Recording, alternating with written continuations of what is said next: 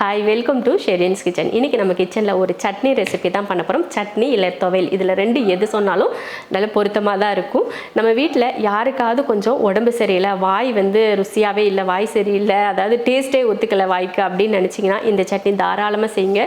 இட்லிக்கு தொட்டுக்கிறதுக்கு நல்லாயிருக்கும், தோசைக்கு நல்லாயிருக்கும், சாதத்தில் போட்டு பிசைஞ்சு சாப்பிட நல்லாயிருக்கும்.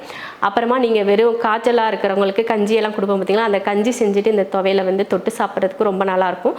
அந்த மாதிரியான சூப்பரான எல்லாத்துக்கும் பொருத்தமாக இருக்கக்கூடிய, நீங்கள் வெறும் சட்னி எடுத்து லைட்டாக ஒரு துளி எடுத்து நாக்கில் வச்சிங்கனால போதும், அப்படியே நமக்கு என்னடா அப்படின்னு இருக்குது, என்னடா இவ்வளோ டேஸ்ட்டாக அப்படின்னு தோணும். ஏன்னா காரம், உப்பு, புளிப்பு இதெல்லாம் பக்காவாக இருக்கும். அதே போல் மனமும் அவ்வளோ அருமையாக இருக்கும்.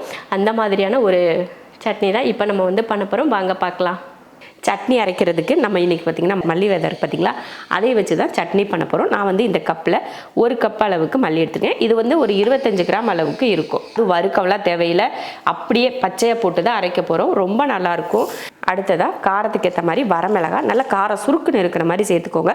நான் ஒரு 7 வரமிளகாய் சேர்த்துருக்கேன். நீங்கள் கம்மி பண்ணுறதுனா கம்மி பண்ணிக்கலாம், அது உங்கள் விருப்பம்தான். சரியா? அது கூட இங்கே பாருங்கள், பெரிய சைஸ் நெல்லிக்காய் இருக்குது பார்த்திங்களா, இப்படி பாருங்கள், இப்படி புளியை உருட்டி வச்சுக்கோங்க. இந்த மாதிரி பெரிய சைஸாக ஒரு நெல்லிக்காய், இல்லைன்னா சின்ன லெமன் சைஸ்க்கு இந்த மாதிரி எடுத்துக்கோங்க. அந்த புளியை அதில் சேர்த்துக்கோங்க. நார் எதுவும் இல்லாமல் எடுத்து சேர்த்துக்கோங்க. நார் இருந்ததுன்னா அரைக்கிறப்ப ஒரு மாதிரி திப்பி திப்பியாக இருக்கும் இல்லையா, அதனால் நார் எதுவும் இல்லாமல் எடுத்து சேர்த்துக்கோங்க. ரொம்ப ஈஸியான சட்னி. வறுக்க வேணாம், வதக்க வேணாம், தாளிக்க வேணாம், இது எதுவுமே நமக்கு தேவையில்லை. அது கூட ஒரு 10 போல் பூண்டுப்பல் சேர்த்துக்கிறேன்.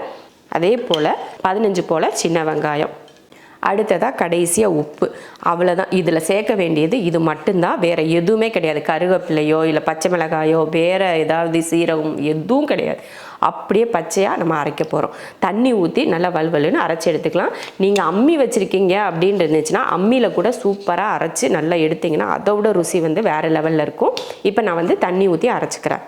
அவ்வளோதான் பாருங்கள், சூப்பரான ஒரு மல்லி சட்னி ரெடி. நான் தோசைக்கு செஞ்சுருக்கேன், நீங்கள் சாதத்துக்கு செய்யலாம், இட்லிக்கு செய்யலாம், உங்கள் விருப்பம்தான்.